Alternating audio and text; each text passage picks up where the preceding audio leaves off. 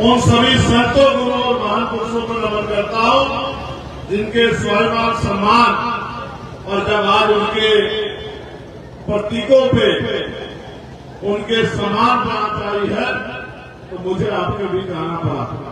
इसलिए मैं बड़ा दुख प्रकट करता हूं कि जो हो रहा है वो अच्छा नहीं, लेकिन मैं अपनी बात आपके बीच में रखूंगा और मुझे उम्मीद है कि मेरी बात आपको समझ आएगी कि क्या और क्यों हो रहा है। लेकिन ये जो कुछ बात साथी अच्छा काम नहीं कर रहे तो मैं खड़े सीने लोग पकड़ पकड़ के बिठा रहे हैं तो फिर भी कहते हैं जो आपके कामों में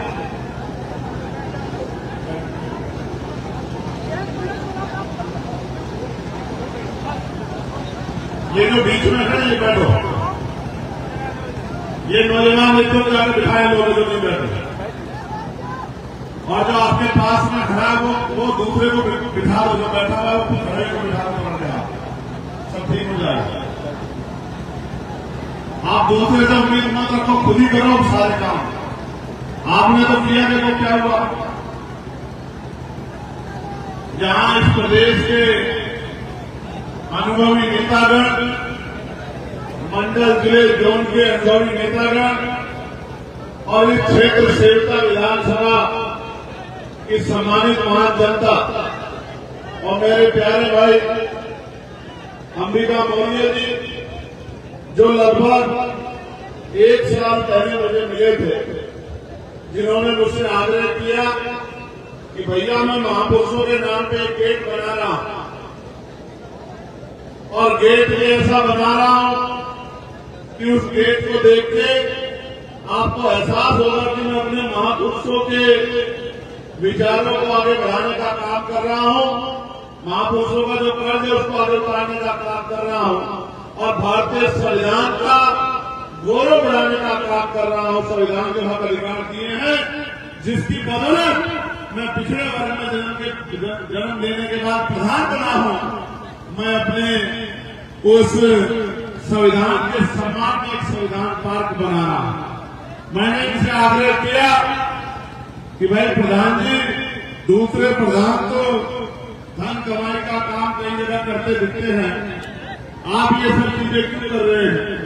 तो इन्होंने मुझे अपने परिवार के बारे में बताया और मुझे बड़ा गर्व हुआ कि एक ऐसा परिवार है जिसका आजादी की लड़ाई में बड़ा योगदान है। इनके दादाजी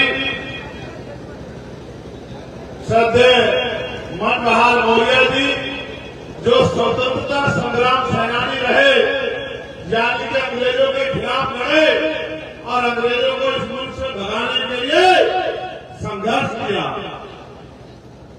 ऐसे परिवार में, जिस परिवार ने अपने परिवार की, बड़े भैया यहां बैठे हैं, 1 बीघा जमीन विद्यालय, 1 एकड़ जमीन की विद्यालय बने, गरीब बच्चों को पढ़ने का अवसर मिले, फूले साहू अम्बेडकर तैयार अपनी महापुरुषों के रास्ते को मजबूती मिलने के विचार आगे बढ़े, 1 एकड़ जमीन अपनी विद्यालय के लिए दान कर दी। उस परिवार का मैं आप सबकी तरफ से आभार प्रकट करता हूं। मैं आपसे उम्मीद करता हूं कि ताली बजा के आप उस परिवार का स्वागत करें। जहां एक जगह जमीन पे लड़ाई हो जाती है, जहां एक जमीन पे 100 जमीन पे कत्ल हो जाते हैं, वहां परिवार के विचार को हम सब लोगों को सराहना चाहिए कि इस परिवार ने 1 एकड़ जमीन गरीबों के बच्चों के लिए विद्यालय बने, बाबा साहब अम्बेडकर का सपना पूरा हो, शिक्षा सेवती का दूध आप तक पहुंचे और आप लोग शिक्षित बन के ऊंची ऊंची कुर्सियों पे पहुंचो। ये करने के लिए इस परिवार ने 1 एकड़ जमीन अपनी दान कर दी। मैं इस परिवार का आभार प्रकट करता हूं।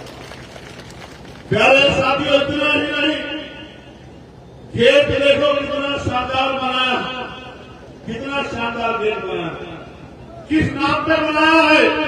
अपने दादाजी के नाम पे नहीं बनाया, अपने नाम पे नहीं बनाया। यहां तो लोग अपने नाम की प्लेटें लगाते हैं। अखंड भारत के निर्माता और चक्रवर्ती सम्राट अशोक महान जी के नाम पे गेट बनाने का काम किया। उस पर तस्वीरें कितनी लगाई, जब इन्होंने मुझे बताया कि साहब 2-3 दिन पहले कि साहब उधर तो बड़ी परेशानी खड़ी हो गई है, एडमिनिस्ट्रेशन पुलिस के लोग मुझे डरा रहे हैं। 1 महीने 2-1.5 महीने पहले मेरे पास आए थे, मुझसे समय मांगने, तो मैंने इनसे कहा कि आप चिंता मत करो, अभी आप प्रधान हो, 4-6 महीने रहोगे। तो बोले भैया ऐसा क्यों, चुनाव का समय आ गया। तो मैंने इनसे कहा कि चुनाव का समय भले आ गया, लेकिन सरकार की हिम्मत नहीं कि चुनाव करवा दे, ये चुनाव पीछे जाएंगे और चुनाव 6 महीने बाद होगी। ये बात मैंने इनको और सौरभ किशोर को कही थी। इन्होंने कहा ऐसा नहीं कह रहे। मैंने कहा मैं जमीन पे काम करता हूँ, हमारे कार्यकर्ताओं की मेहनत से आजाद समाज पार्टी का काम गांव-गांव में बढ़ रहा है और भाईचारा संगठन की वजह से भाईचारा मजबूत हो रहा है बहुजन समाज के लोगों में। तो इनकी हिम्मत नहीं पड़ेगी कि ये ग्रामीण क्षेत्रों का चुनाव करा दे। ग्रामीण क्षेत्रों का चुनाव कराएंगे तो प्रधान हमारा बनेगा, जिला पंचायत सदस्य हमारा बनेगा, क्षेत्र पंचायत सदस्य हमारा बनेगा, वार्ड का मेंबर हमारा बनेगा, ब्लॉक का अध्यक्ष हमारा बनेगा, ब्लॉक प्रमुख हमारा बनेगा, जिला पंचायत अध्यक्ष हमारा बनेगा। और ये डंडे के जोर पे जिला पंचायत अध्यक्ष और ब्लॉक प्रमुख बनाने का काम करेंगे। प्रशासन को, पुलिस को मजबूर करेंगे गुंडागर्दी करने के लिए।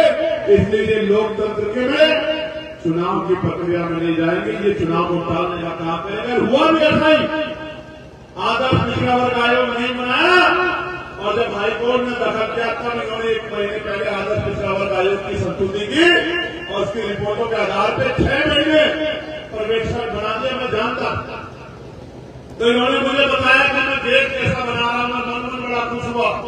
इन्होंने कहा साहब मैं सम्राट अशोक महान जी के नाम पे गेट बना रहा और चक्रवर्ती सम्राट चंद्रगुप्त मौर्य जी की भी तस्वीर लगा रहा। मैंने कहा और किसकी तस्वीर लगा रहे हो कि मैं मां शिक्षा की देवी मां सावित्रीबाई फुले और मां फातिमा शेख की तस्वीर लगा रहा। मैंने कहा बहुत अच्छा काम कर रहे हो। मैंने कहा और किसी तस्वीर लगा रहे हो, तो बोले साहब मैं तस्वीर लगा रहा हूं बाबा साहब अम्बेडकर की और माननीय काशीराम साहब की तस्वीर लगा रहा हूं। मुझे बड़ा अच्छा लगा कि भाई ये तो मौर्य जी बहुत अच्छा काम कर रहे हैं। मैंने कहा और किसकी तस्वीर लगा रहे हो कि मैं बाबू जगदेव प्रसाद कुशवाहा की, जिन्होंने नारा दिया 100 में 90 शोषित है, शोषितों ने ललकारा धन धरती राजपाट में 90 भाग हमारा है। जिन्होंने नारा दिया हमारे नेता अध्यक्ष के महान नेता मामला राम सिंह वर्मा जी के साथी, धर्मेंद्र जी के साथी बाबू जगदेव प्रसाद कुशवाहा जी की लगा रहा। मैंने कहा और अच्छी बात है। मैंने कहा और किसकी लगा रही, तो बोले मैं वीर अब्दुल हमीद साहब की लगा रहा हूं, जिन्होंने दुश्मन के दांत खट्टे कर दिए। मैंने कहा बधाई हो मौर्य जी यार आपको। मैंने कहा और किसी की भी लगा रहे हो क्या, तो इन्होंने मुझसे कहा और किसकी लगाई हमने 24 महापुरुषों की तस्वीर लगाई। कितने महापुरुषों की, 24 महापुरुषों की तस्वीर लगाई। सब बहुजन समाज के हैं, सब देश के नायक हैं, सब भारत के निर्माताओं में शुमार होते हैं।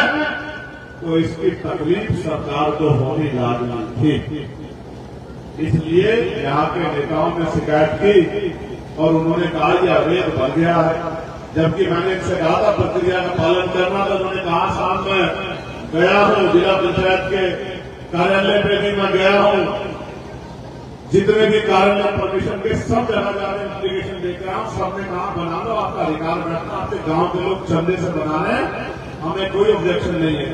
लेकिन बुरा इन्होंने ये किया, अगर भाजपा के उप मुख्यमंत्री को बुला लेते तो शायद कोई बात ना होती, भाजपा के मुख्यमंत्री को बुला लेते तो शायद कोई बात ना होती। लेकिन इन्होंने बहुजन समाज के एक बेटे को उसका उद्घाटन करने के लिए जब बुलाने का काम किया तो पूरी सरकार को बुरा लग गया कि एक तो बहुजन समाज के प्रतीकों का गेट महापुरुषों का और ऊपर से उद्घाटन करने वाला इनके बीच का इनका भाई, इनका बेटा, इनके लिए डरने वाला चंद्रशेखर आजाद। तो इन्होंने ये गेट ढक दिया। ढकने वाले पुलिस और एडमिनिस्ट्रेशन के लोग ही, हमारे लोग हैं, इनसे मेरी कोई लड़ाई नहीं। मैं तो पुलिस के लिए सबसे ज्यादा लड़ता हूँ। ये तो बताओ, मैं पार्लियामेंट में इनके लिए लड़ा, होम कमेटी में इनके लिए रिपोर्ट में मैंने कहा कि इनको 8 घंटे की ड्यूटी मिलनी चाहिए, सप्ताह में छुट्टी मिलनी चाहिए, बोनस स्कीम खत्म होनी चाहिए, रिजर्वेशन का दूर होनी चाहिए। इसके लिए मैंने जोरदार अपील की होम कमेटी की रिपोर्टों में और पार्लियामेंट में भी। लेकिन मुझे पता है ये तो बेचारे सरकार के सेवक है, जनता के सेवक है, उन्होंने इनको ढाल बना के और उस गेट को ढकवा दिया, हमारे महापुरुषों को ढकवा दिया, हमारे इतिहास को पहले से ढका हुआ है, हमारे महापुरुषों को ढकवा दिया। मैं वहां से यहाँ तक आया हूं, मेरे लोगों कितने गेट बने हुए हैं, क्या वो सारे गेट प्रक्रिया से बने हुए हैं? क्या उनमें नियम प्रक्रिया खोले हुए हैं? ये तो महापुरुषों के नाम पे गेट बना है। मैंने तो ऐसे ऐसे गेट दिखे जो किसी के गांव के प्रधान के पिता के दादा के नाम पे बने हुए हैं। महापुरुषों के नाम पे बने गेट को ये सरकार ढकना चाहती है, हमारे महापुरुषों का अपमान करना चाहती है, हमारा अपमान करना चाहती है, हमारी खिल्ली उड़ाना चाहती है। लेकिन इतने अनेक गेट बने उस पर सरकार का ध्यान नहीं है। मैं आपको बताना चाहता हूं, जो सरकार हमारे महापुरुषों का अपमान करने का प्रयास करेगी उस सरकार की कुर्सी को तोड़ देंगे हम लोग। मेरी बात को आप याद रखें, और सिर्फ तोड़ेंगे नहीं, उस कुर्सी को इतना गिरा देंगे कि उस कुर्सी की ऊंचाई हमारे घुटनों के बराबर नहीं होगी। बहुजन समाज के लोग याद रखें। देखो, बाबा साहब अम्बेडकर ने कहा था कि आदमी भूखा रह सकता है लेकिन अपमानित होकर नहीं रह सकता। मैं जानता हूं आप भूखे रह सकते हो लेकिन अपमानित होकर नहीं रह सकते। जो आपके सम्मान के साथ खिलवाड़ करने का काम किया गया है, मेरे लोग इसका चुन चुन के हिसाब करेंगे, संवैधानिक तरीके से भूलेंगे नहीं। इस अपमान को भूल जाओगे क्या?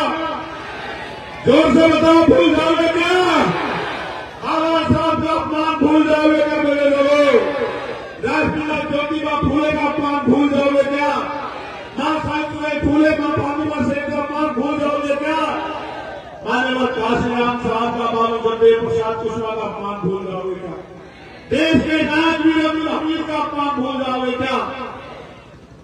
चक्रवर्ती सम्राट चंद्रगुप्त मौर्य और अखंड भारत के निर्माता, जिनका पताका लहराता था अफगानिस्तान ईरान तक, सम्राट अशोक महान को भूल जाओगे क्या? उनका अपमान भूल जाओगे?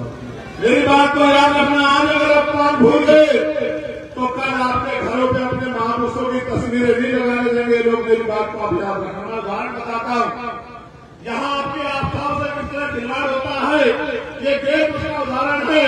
अमेरिका की बाबा साहब अम्बेडकर की जयंती गई थी, बताओ नई परमिशन कहीं मिली है क्या? मिली है क्या? नहीं मिली। बाबा साहब की कहीं मूर्ति लगाओगे क्या परमिशन दे रहे क्या? नहीं दे रहे। उससे बड़ी बात तथागत बुद्ध की, अगर आप भगवान बुद्ध की कथा कराओगे, कोई कार्यक्रम कराओगे तो बताओ किस तरह का पुलिस के रहते किस तरह का व्यवस्था हो रही है। कोई भगवान बुद्ध की तस्वीर फेंक दे रहा है, कोई लाठी चला दे रहा है, कोई नाइट छीन के गाली दे रहा है।